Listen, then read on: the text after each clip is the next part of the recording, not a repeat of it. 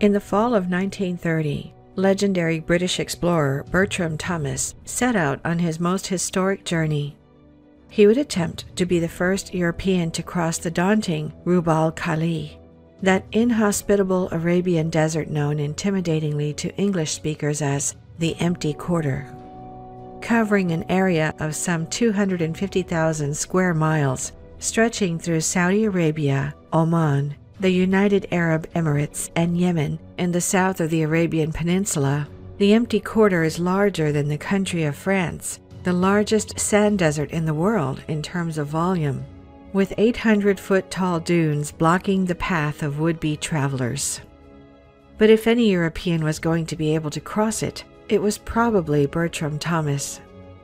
Born in Somerset, England in 1892, Thomas had been sent to Mesopotamia during World War I, where he quickly took to the area and its people, and they to him, fighting alongside local forces and even becoming a high-ranking political advisor to the Sultan of Oman.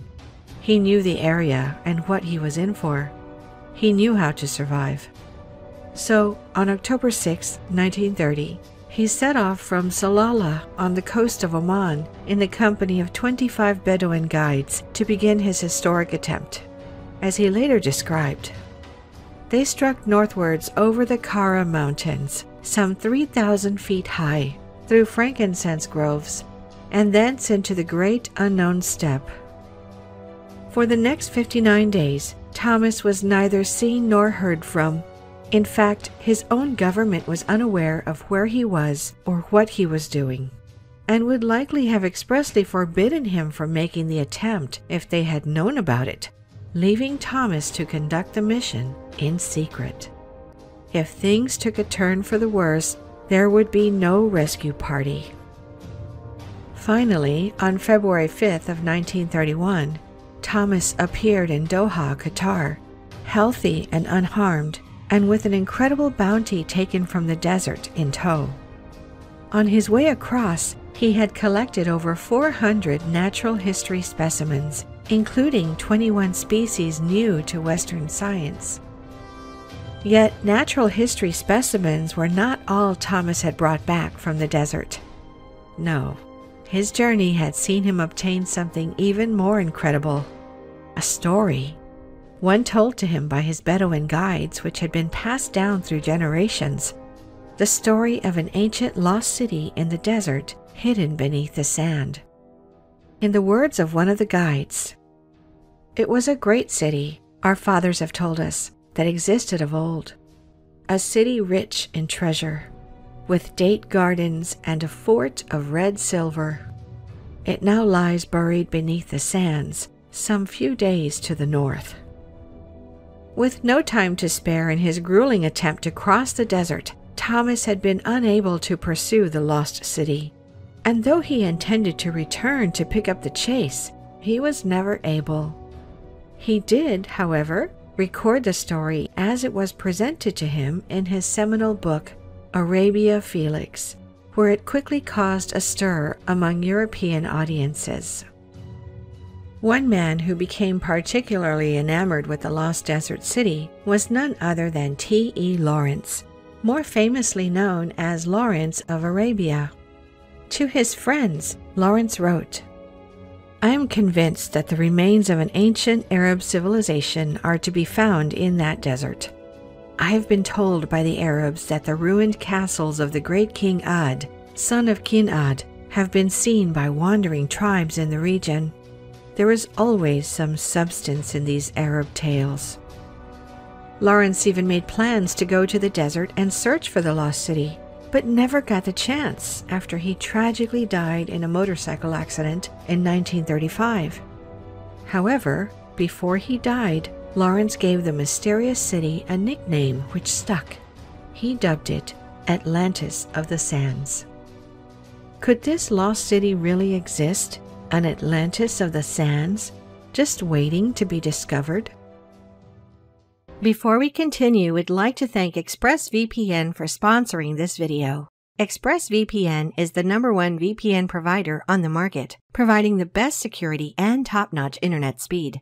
Oftentimes, when we do the research for our videos, we browse into many websites containing declassified documents and sensitive information. But we always use ExpressVPN to stay more anonymous. We know that using incognito mode or clearing your internet history can't prevent others from prying into your online activity, as your internet service provider can always see what you're doing and what you're researching. No matter who your internet service provider is, they're all legally allowed to sell your data to ad companies for excessive prices. Thanks to ExpressVPN, you can block your internet provider from seeing what you're doing. By encrypting your data and rerouting your internet connection through a secure server, don't allow your personal information to be stolen, and learn how to get 3 months free of the best VPN provider on the market. Visit expressvpn.com/universe inside you. Within the Quran, there is a record of an ancient tribe which has long confused historians and scholars. Known as the Ad, the tribe of an area called Iram, they do not appear in the texts of Judaism or Christianity. Curious, since all three of these Abrahamic religions are built upon the same history and thus contain mention of the same ancient tribes and events. Think King Solomon, Moses, and the Egyptian Pharaoh, Noah and the flood, and so on, all in the holy books of all three traditions, but not the Ad. Most famously, the tribe appears in the Quran when Muhammad warns unbelievers, "Have you not considered how your Lord dealt with Ad, the tribe of Iram, who had lofty pillars, the likes of which were not produced in all the land?" Many scholars have asked why the Ad of Iram would not have been mentioned elsewhere if they really did construct things, the likes of which were not produced in all the land. Did the Ad really exist? And if they did, then what happened to them? To this second question, the Quran provides an extraordinary answer. According to the Quran, the Ad of Iram were a tribe which existed on the Arabian Peninsula after the flood of Noah. There, they constructed a powerful kingdom, using their vast wealth and expertise to build monuments on every high place and build palaces as if they will live forever. They were not afraid to assert their power over their neighbors, viciously conquering many on the peninsula. As the Quran states about the Ad, "And when you seize as tyrants." But this immense power led to arrogance, the people of Iram becoming idolatrous and wicked. That was Ad. They denied the signs of their Lord, disobeyed his messengers, and followed the command of every stubborn tyrant. Because of this, Allah sent the prophet Hud to warn the people of Iram to renounce their wicked ways. Yet, the people of Iram were unmoved. In an attempt to convince the Ad that Hud was speaking the truth, Allah then sent a terrible drought which afflicted Iram. At its height, Hud pleaded with the Ad, but still, they would not listen. Finally, the Ad saw a cloud formation approaching Iram and believed the rains had come at last, that they were saved. How wrong they were. Then when they saw the torment as a dense cloud approaching their valleys, they said happily, "This is a cloud, bringing us rain." But Hud replied, "No, it is what you sought to hasten, a fierce wind carrying a painful punishment." It was not rain these clouds were bringing, but a sandstorm. And the result was cataclysmic, as the Quran describes. And as for Ad, they were destroyed by a furious bitter wind which Allah unleashed on them non-stop for 7 nights and 8 days, so that you would have seen its people lying dead like trunks of uprooted palm trees. Do you see any of them left alive? And thus ends the story of the Ad of Iram. Their fate, their city, according to the Quran, obliterated by a sandstorm, buried beneath the desert sands as though they had never existed. The question asked by many scholars is whether this story is merely a rhetorical tool an allegory meant as a not-so-veiled threat against turning away from God, or whether there really could be the remains of an ancient, once powerful kingdom buried beneath the Arabian sands. At least one thing is for sure. While the Ad of Iram may not exist in the other Abrahamic traditions, the Quran is not the only place their story is told. During the 9th century CE, the earliest copy of what would become one of the world's most popular and long-standing books was being assembled in Syria. It would bring together the earliest myths and folk tales of Persia into an extraordinary compilation, which would become known as Alf Layla wa Layla, 1001 Nights. The basic premise of the book was simple. A Persian king discovers his wife has been unfaithful and has her executed. He then marries a succession of virgins, but has them each executed the morning after the wedding, before they have a chance to be unfaithful. Eventually, the king marries a woman named Scheherazade, who, on the night of their marriage, begins to tell him an incredible story, which she does not finish. The next morning, the king, desperate to hear the story's conclusion, does not have Scheherazade executed. That night, she finishes the story, then begins another. This repeats every night, each of the stories she tells representing an ancient Persian myth, until, after 1001 nights, the king decides to spare her life, and the two live happily ever after.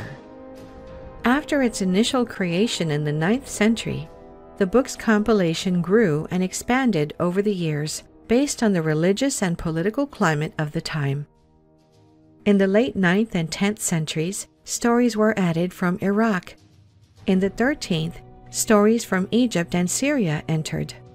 As this continued, century after century, the book became a sort of living history piece of the myths and stories of the Middle East. The book finally appeared in Europe in 1704, first in French and then, after its popularity exploded, in English, German, Italian, Dutch, Danish, and Russian before the end of the 18th century. It remains in print all over the world to this day, helping to shape our modern understanding of the history of the region. There is one story within 1001 Nights which warrants particular attention. The story of a man named Abdullah bin Ali Kalibah. In the story, he goes out into the desert in search of his lost camel, whereupon he discovers an incredible deserted city. I dismounted, and hobbling my dromedary and composing my mind, entered into the city. Now when I came to the castle, I found it had 2 vast gates. Never in the world was seen their like for size, inlaid with all manner of jewels and jacinths, white and red, yellow and green. Beholding this, I marveled with great marvel, and thought the case mighty wondrous. Then entering the citadel in a flutter of fear, and dazed with surprise and affright, I found it long and wide, and therein were lofty palaces laid out in pavilions, all built of gold and silver, and inlaid with many colored jewels, and jacinths, and chrysolites, and pearls. And the door leaves in the pavilions were like those of the castle for beauty, and their floors were strewn with great pearls and balls no smaller than hazelnuts, of musk and ambergris and saffron. Now when I came within the heart of the city, and saw therein no created beings of the sons of Adam, I was near swooning and dying for fear. Moreover, I looked down from the great roofs of the pavilion chambers and their balconies, and saw rivers running under them, and in the main streets were fruit-laden trees and tall palms, and the manner of their building was 1 brick of gold and 1 of silver. So I said in myself, doubtless this is the paradise promised for the world to come. Returning from the lost city, Abdullah immediately seeks to inform local government officials of his incredible find, describing to them in detail the unbelievable things he had seen, and even showing them some of the pearls and balls of musk and ambergris and saffron. The officials, amazed by the tale but skeptical, send for another man, an expert in such things, and ask him if he had ever heard of such a magnificent city. To this, he immediately replies, "Yes, O Commander of the Faithful, this is Iram, with pillars decked and dight, the like of which was never made in the lands, and the builder was Shaddad, son of Ad the Greater." The man then regales Abdullah and the officials with the story of the mighty king Shaddad and his city of Iram of the Pillars. Shaddad reigned over the earth alone. Now he was fond of reading in antique books and happening upon the description of the world to come and of paradise with its pavilions and pilaries and trees and fruits and so forth. His soul moved him to build the like thereof in this world, after the fashion aforesaid. Now under his hand were 100,000 kings, each ruling over 100,000 chiefs, commanding each 100,000 warriors. So he called these all before him and said to them, "I find in ancient books and annals a description of paradise as it is to be in the next world, and I desire to build me its like in this world."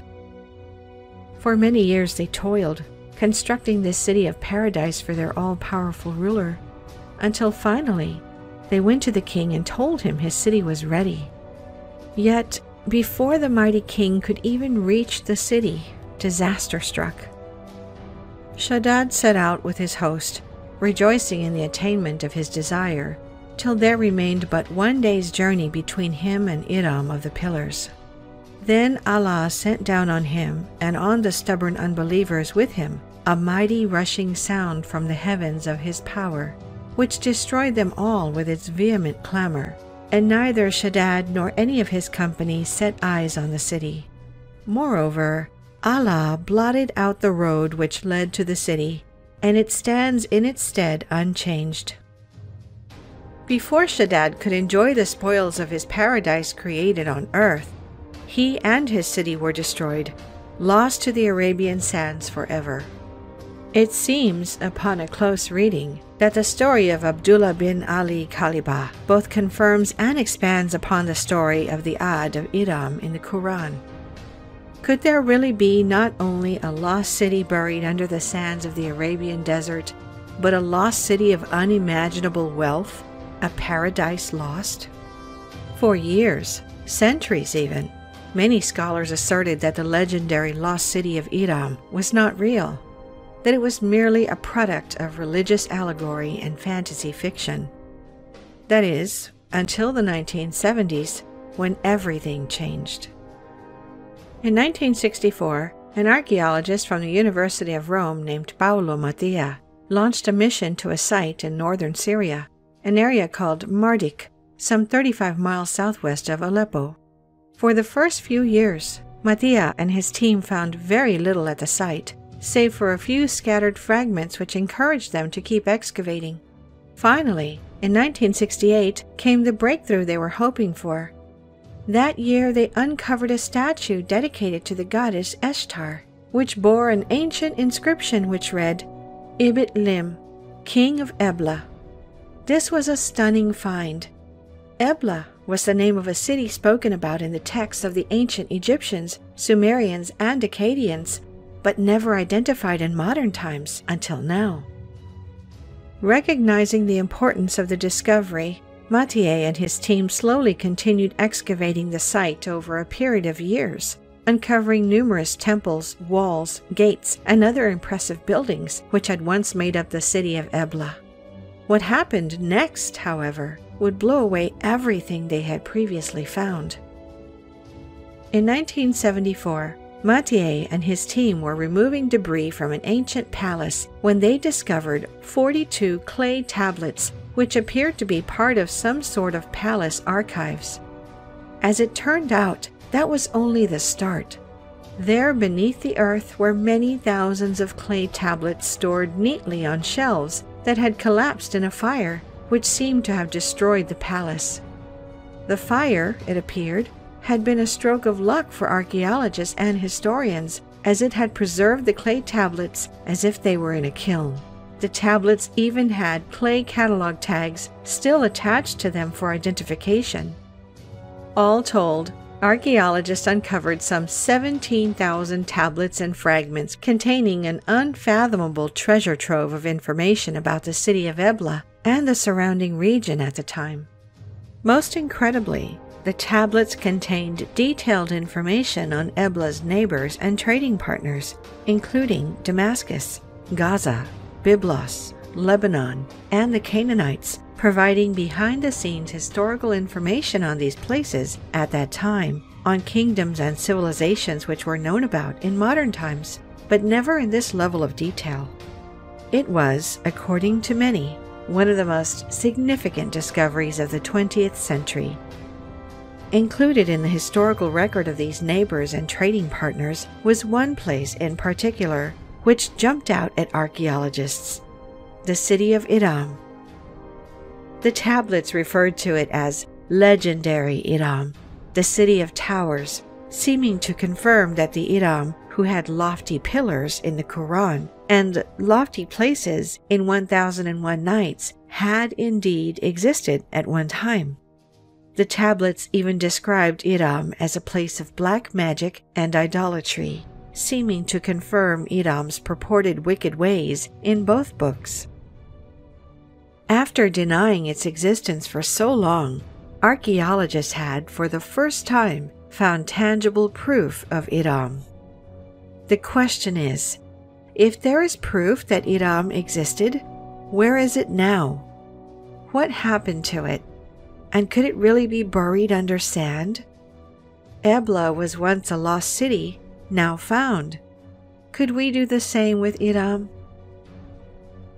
In 1948, a geological party from Petroleum Development Limited of Oman was conducting a survey in the vast, desolate expanse of the Empty Quarter in the country's Dhofar province, when they came upon something most curious. As they were approaching the ancient oasis of Shizr, they noticed in the distance what at first they believed to be a large white cliff. But as they got closer, they realized that it was not a cliff at all, but the wall of a ruined fort, sitting above a quarry-like cave which led down into the darkness of the earth. The area around this fort was totally deserted, leaving the geologists to wonder if and when the area had been a population center warranting a fort, and what had happened to it. But because they possessed no modern archaeological equipment, and because they were more concerned with getting water from Shizr's ancient well on their difficult journey in the desert, they did not pursue questions about this fort any further, simply making a note of it and moving on. Interestingly, Bertram Thomas had, on his own journey across the Empty Quarter in 1930 to 1931, himself stopped at the Shizr oasis, and in fact had made note of a rude fort at the site. However, his guides had told him that the fort had been built by a local sheik only a few hundred years earlier, and so, like the Petroleum Development Limited geologists, Thomas simply made a note of it and moved on. So, was this fort really only a few hundred years old? Or was it something much more? The question would remain unanswered, the mystery unsolved, for more than 40 years. Nicholas Clapp was a writer, filmmaker, and amateur archaeologist who rose to prominence in the early 1990s when a self-described crazy idea totally changed the archaeology game forever. As a boy, Clapp had become enamored with the idea of a lost city under the Arabian sands after reading Bertram Thomas's Arabia Felix. By the time he had reached adulthood, Clapp had resolved that where Thomas had failed to return to the area and find the city, he would pick up the chase, and he would succeed. But first came the crazy idea.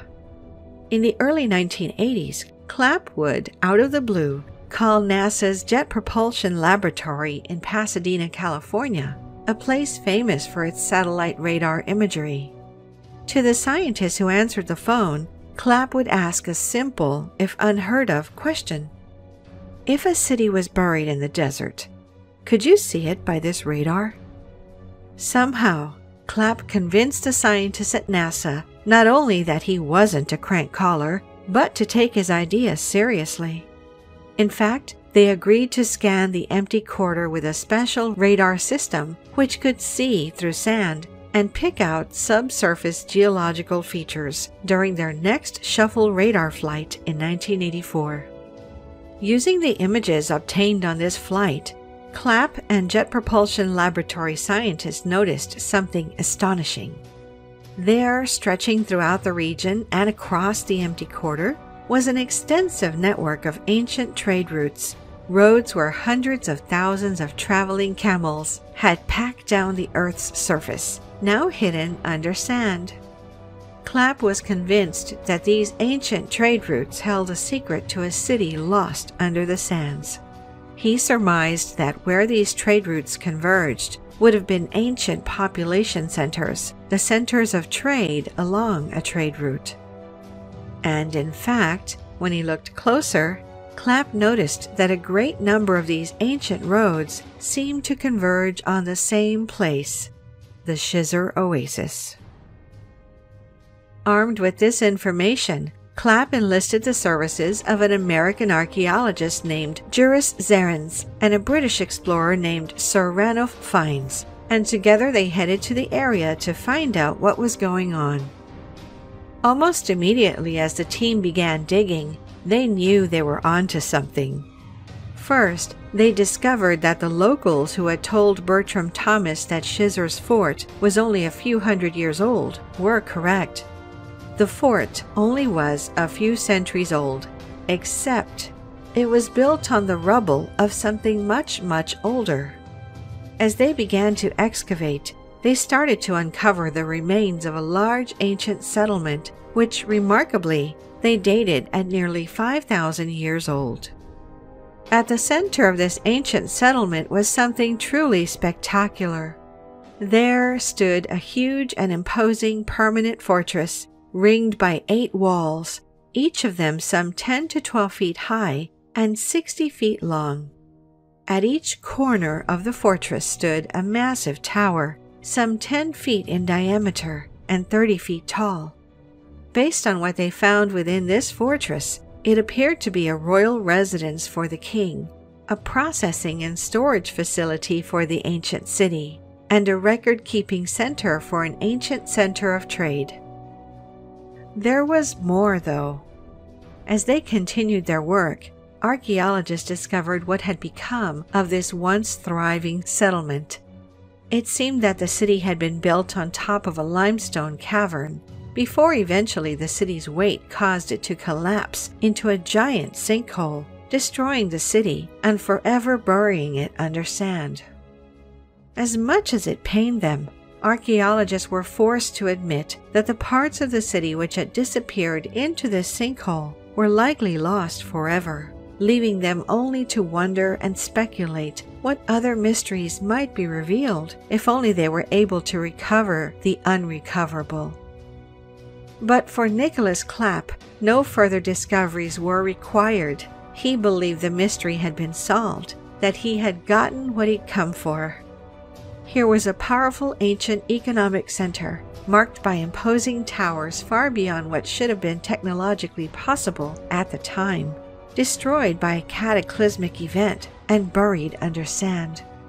For Clapp, this could mean only one thing, that the lost city of Iram had finally been found. Ranulph Fiennes agreed, writing a book in 1992 which claimed the long-standing mystery had been solved. The book was titled Atlantis of the Sands. Could this really have been the long-lost city of Iram found? And if so, what other untold treasures of the once mighty city might be lost deep beneath the earth? And what other ancient mysteries might be solved or revealed? Could it be the gold and jewels of Iram's paradise on earth described in 1001 Nights? Or things the likes of which were not produced in all the land, as described in the Quran? Or might it even be something more? One day in 2004, a neurologist and amateur archaeologist named Abdullah al-Said was out casually searching the Herat lava fields in Saudi Arabia with the hobbyist group which he led when he discovered an unusual 3-foot stone wall. Though perhaps peculiar, he did not think much of it at the time. It was not until 2008 when new and emerging technology totally changed his view on the situation. Using Google Earth, which was only then becoming widely available, Al-Said was able to realize the true extent of these curious structures in the area, which he began calling gates. There was not one, not 2 or 3, nor even dozens, but hundreds of them, spread across a vast area. As he described, "I was literally stunned and could not sleep that night, flying like a bird all over the Herat from one enigmatic structure to another. How can we pass by these structures without appreciating their design?" Realizing these structures would require a deeper examination than he was qualified to give, Al-Said sent the photos he'd pulled from Google Earth to David Kennedy, an archaeologist at the University of Western Australia, and a man who had spent 40 years documenting stone structures and funeral monuments on the Arabian Peninsula. Over the course of the next decade, Kennedy would search for and document these stone gates, finally reporting in 2017 that he and his team had discovered some 400 of the structures, spanning from several hundred to several thousand feet long, some up to 30 feet thick. Despite his many years of experience, Kennedy was perplexed as to the purpose of these huge structures. In his words, "They don't look like structures where people would have lived, nor do they look like animal traps or for disposing of dead bodies. It's a mystery as to what their purpose would have been." By 2021, the mystery had only deepened as researchers reported having found over 1,000 of the structures, which they were now calling mustatils, the Arabic word for rectangle, over an area of nearly 100,000 square miles. Even more astonishingly, archaeologists dated the structures at over 7,000 years old, making them older than Stonehenge. The more mustatils that were found, the more baffled archaeologists became. What were these structures for, they asked, and why were some highly visible, while others seemed almost hidden? Moreover, how were the ancients able to communicate how to build these imposing structures over such great distances? And how had they managed to build some on the sides of mountains and volcanoes? It is an archaeological mystery to be sure, but then again, it is but one of a growing number of archaeological mysteries popping up around the region in recent years. Consider, for example, the enormous stone circle found in the Golan Heights in 2015, revealed to be the same age as Stonehenge. It is actually 5 circles made up of huge stones between 6 and 8 feet in height. In Hebrew, it is known as the Wheel of Giants, and perhaps with good reason. At over 500 feet in diameter, it is almost twice as big as Stonehenge. David Kennedy points out that similar big circles have been found throughout the region, all with a similar appearance, too close to be a coincidence. Who could have built these massive stone circles, and why? Or consider the ancient funerary avenues found in 2022, stretching for thousands of miles across the Arabian Peninsula, ancient corridors linking oases and pastures, bordered by thousands of burial monuments. What ancient civilization could have created these ancient superhighways stretching for so many thousands of miles? In the opinion of one archaeologist who works in the region, the archaeological finds coming out of these regions have the potential to profoundly change our understanding of the early history of the Middle East. But how? Some have an answer. According to some, an explanation for the giant stone structures, buried cities, and extensive roadways discovered across the Arabian Peninsula can be found where the mystery of the lost city of Iram started, in the pages of the Quran. There, The Ad of Iram are described not only as a mighty tribe of imposing pillars and economic might, but as huge and powerful individuals, large enough to uproot trees with their bare hands and carve houses into mountains. Who is mightier than us in strength? The Ad ask. Perhaps their giant stature allowed them to build not only the paradise city of Iram, but the huge stone structures and superhighways found across the Arabian Peninsula, across deserts, on the sides of mountains, in lava fields. Interestingly, while the Ad of Iram do not appear in the Jewish or Christian Bibles, they sound an awful lot like something that does. The Nephilim. In the book of Genesis, the Nephilim are mysterious beings with enormous size and strength, described as the offspring of the sons of God and the daughters of men.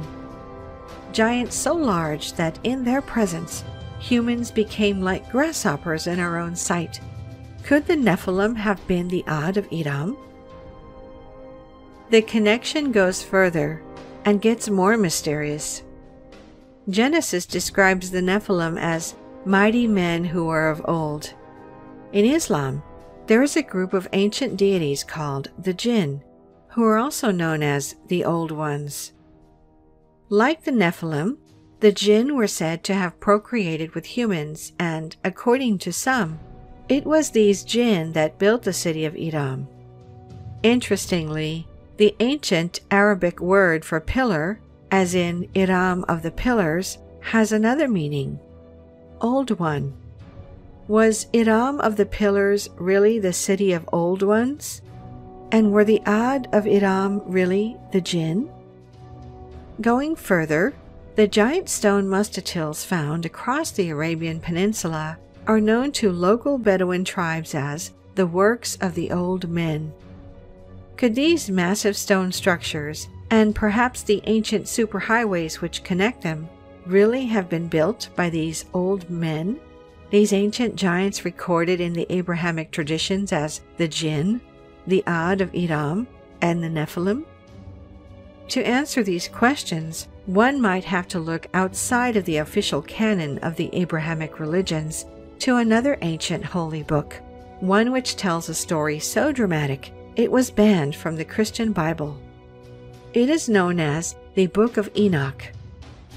If you want to know what this book reveals about ancient giants and the history not only of the Arabian Peninsula, but of humanity itself, you can watch our video on the Book of Enoch. And if you want to learn more about giants, we have an entire documentary showing dozens of old newspaper articles talking about the discoveries of giants, together with many stories of historical figures encountering giants in remote places. The link is in the description and the pinned comment. Thank you for watching. If you enjoyed the video, please hit the like button, and if you're new, hit subscribe and the bell next to it for future notifications.